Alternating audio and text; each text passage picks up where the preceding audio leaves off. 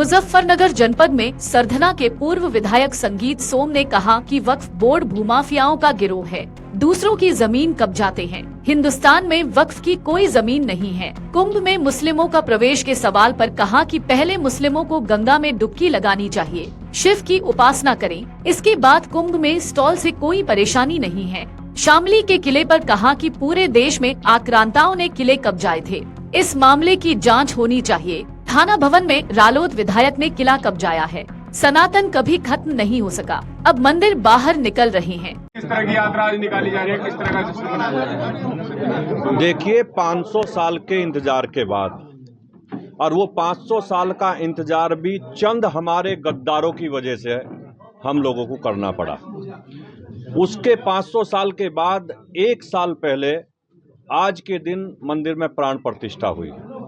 आज उसी के उपलक्ष्य में यहाँ एक महोत्सव रखा है और हम सब सनातनियों के लिए गर्व की बात है कि बहुत गद्दार होने के बाद भी देश के सनातनी लोगों ने वहाँ मंदिर का निर्माण कराया और आज उसकी बरसी पे 1 साल वर्ष होने के बाद उसमें जो आज प्रोग्राम है उसमें मैं यहाँ आया हूँ।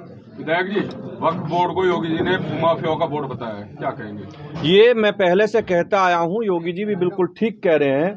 वो भूमाफियाओं का एक गिरोह है, एक गुंडों का गिरोह है, एक इस तरीके के आतंकवादियों का गिरोह है कि जो दूसरे के घरों को कब्जाने का काम करते हैं, दूसरों की जमीन कब्जाने का काम करते हैं। वक्फ बोर्ड जैसी और वक्फ जैसी कोई चीज हिंदुस्तान में नहीं है। वक्फ की अगर कोई जमीन है तो वो पाकिस्तान में होगी, हिंदुस्तान में कोई वक्फ की जमीन नहीं है।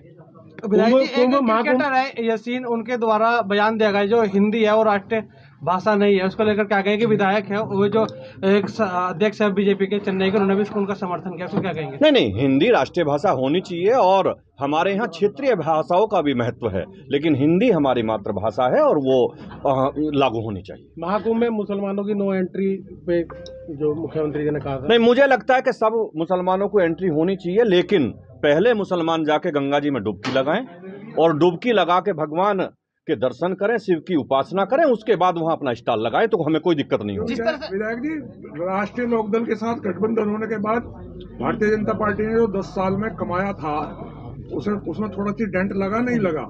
अब ये पार्टी का विषय आज यहाँ नहीं है, आज यहाँ मंदिर का विषय है और यात्रा का विषय है, उसी पे बात करेंगे तो अच्छा रहेगा। विधायक जी, शामली में एक किला है जिसे राजपूत घराना अपना बता रहे हैं कि हमारा किला है, लेकिन वो एक रालोद के विधायक भी अपने दावेदारी कर रहे हैं उसके लिए। देखिए, पूरे भारतवर्ष में आक्रांताओं ने सब जगह कब्जे करने का काम किया था, मंदिरों को तोड़ने का काम किया था, राजाओं के किले कब्जाने का काम किया था, गरीब लोगों की जमीन हड़पने का काम किया था।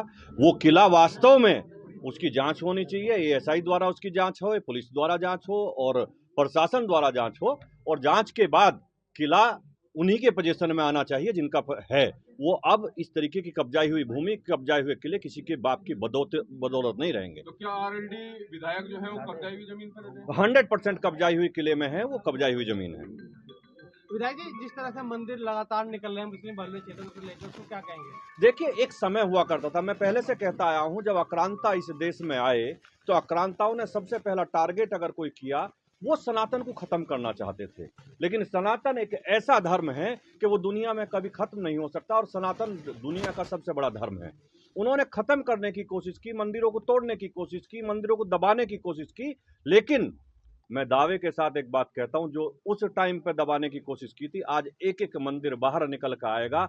एक एक सनातनी आज झूम रहा है और कह रहा है कि मेरी जो आस्था थी आज वो पूर्ण हो रही है, उस पर काम हो रहा है, हर आदमी इससे खुश है। अमर उजाला जीवांजलि के सारथी की मदद लें और महाकुंभ में स्नान जरूर करें।